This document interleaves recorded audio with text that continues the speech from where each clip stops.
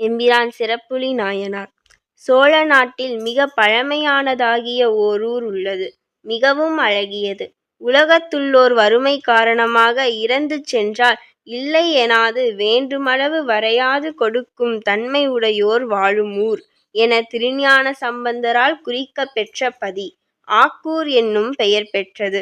சோலைகளில் மலர்கள் நிறையும், மாடங்களில் ஒளி விளங்கும், அழகு பொருந்திய வீதிகளில் இட்ட அகிற்புகை மணம் கீழாம்படி வேள்விச் சாலைகளின் ஆகுதி புகை மேலோங்கும்.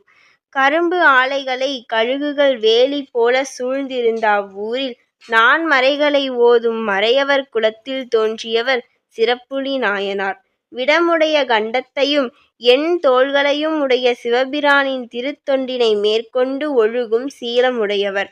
சிவனடியார்கள் வந்தபோது அவர்கள் அடியில் வீழ்ந்து மூண்டெழும் அன்பு பொங்க திருமுன்பு இனிய மொழி கூறி நாள்தோறும் நல்ல உணவினை ஊட்டுவார்.